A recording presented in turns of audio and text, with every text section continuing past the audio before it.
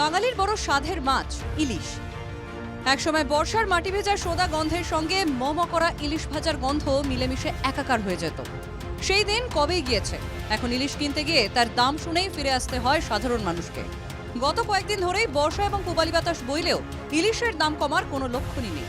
ছুটির দিনে বাজারে গিয়ে শুধুই ইলিশ দেখে ফিরে আসছেন অনেকেই। কেউ বা কিনছেন খুবই কষ্টে। আর বলবেন না, কারেন্ট লাগছে। হয়তো 1 কিলো ওজন 1100 টাকা। কি করবো, বাচ্চারা খেতে চাইছে, খেতেই হবে। আর কি, ক্রেতাদের অনেকেরই অভিযোগ, বিক্রেতারা ইলিশ মজুত করে রেখে কৃত্রিমভাবে মাছের দাম বাড়াচ্ছেন। এখন বাজারে ইলিশ এসছে, এই নয় যে ইলিশ আসেনি, প্রচন্ড আমদানিও রয়েছে বা এখানে তোলাও হয়েছে।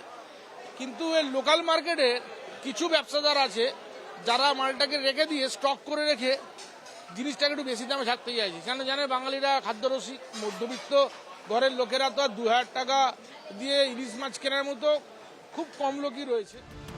বিক্রেতারা অবশ্য দাবি করছেন বাংলার ইলিশ বাজারে নেই। বাইরে থেকে আসা ইলিশের দাম বেশি পড়েছে। কেউ বা বলছেন দুর্যোগপূর্ণ আবহাওয়ার কারণে মাছের আমদানি কম।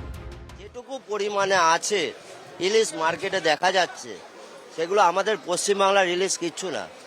কোল্ড স্টোরের যে সমস্ত মাছ আছে, এখানকার মাছ যেগুলো খুব ফ্রেশ, সেগুলোকে কোল্ড স্টোর করে দিচ্ছে, পুজোর পর বের করে সেগুলোর দাম আর একটু বেশি হবে। এখন যেটা সেই মাছটার দাম হচ্ছে 1700 টাকা 1800 টাকা কিলো বাজারে ছাড়তো, সেটা পুজোর পর সেটা 2000-2200 ছাড়বে কোল্ড স্টোরের খরচাটা নিয়ে। আমদানি একটু কম আছে। হ্যাঁ, কোল্ড স্টোরে সব মাল ঢোকানো হচ্ছে, ট্রলার যেতে পারছে না, বৃষ্টি হচ্ছে, দাম কমবে কি বাড়বে সেটা বলতে পারছি না।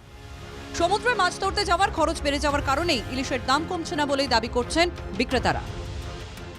এটা ট্রলার যাবে, মাছ ধরবে, 15-20 দিন পর ফিরে আসবে। এই একটা ট্রলারের খরচা প্রায় 5 থেকে 6 লাখ টাকা। নিম্নচাপের পরিমাণ এতটাই বেশি, যার জন্য ইলিশ ঠিক মতো তুলতে পারছে না, আর যদিও বা তুলতে পারছে, কোলেস্টর হয়ে যাচ্ছে। এটাই তো সময় ইলিশ মাছ খাওয়ার। এই সময়ও যদি বড় ইলিশের দাম কার্যত 1500 থেকে 1700 টাকা আর মাঝার ইলিশের দাম 1200 থেকে 1500 টাকা হয়, তাহলে মন ভরে কি সত্যি ইলিশ খাওয়া যায়? এই প্রশ্নই কিন্তু ঘুরছে সাধারণ ক্রেতাদের মনে। ক্যামেরায় দীপঙ্কর মল্লিকের সঙ্গে পৃথা দাশগুপ্ত, NKTV বাংলা, কলকাতা।